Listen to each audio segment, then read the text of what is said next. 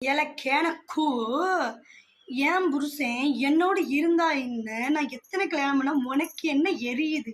என்ன நீ யூடியூப்ல கேட்குற, இவளுக்கு வந்து புருஷன் இருக்கா? இன்ஸ்டால போயிட்டு இவளா ஃபோட்டோ இதுதான், இவளுக்கு வந்து புருஷன் இருக்கா அப்படின்லாம் நீ வந்து இன்ஸ்டால கேட்குற. அது எப்படி? கன்னியாகுமரி பொண்ணு தான் கேட்டுச்சா, இல்லை கன்னியாகுமரி ஐடியை வச்சு பேக் ஐடியை வந்து கேட்டாங்களா அப்படின்னு தெரியல. ஆனால் அவங்க ஃபோட்டோ போட்டு இன்ஸ்டாகிராமில் என்ன கேட்டிருக்க, இவங்களுக்கு புருஷன் இருக்கா? எனக்கு புருஷன் இல்லைன்னா நீ தூக்கு பிடிச்சி ஆக போறியா? இல்லை இருந்தால் தான் நீ என்ன செய்ய போற, இல்லைன்னா தான் என்ன செய்ய போற? உன் மேலே எங்கேயும் அடைச்சிக்கிட்டு பொத்திக்கிட்டு உன்னால இருக்கவே முடியாதா?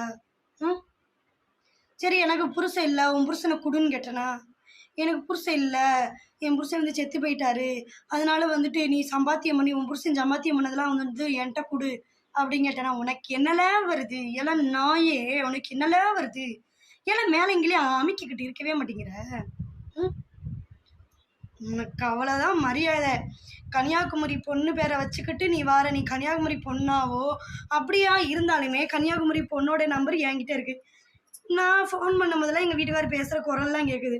அப்புறம் எப்படி அவங்க கன்னியாகுமரி பொண்ணாக இருக்க முடியும் அப்படின்ற ஒரு பக்கம் இருந்தாலும், நீ எதுக்கு பேக் ஐடியில் இல்லை லூஸ்க்கு உன்னோடைய ஃபோட்டோ வச்சுட்டு வந்து அப்போ நீ கேட்க வேண்டியதுதானே? எடுத்து அடுத்தவ ஃபோட்டோ வச்சுட்டு வந்து நீ கேட்க டிபியில் இல்லை நாரக்கு. அவ்வளோதான்.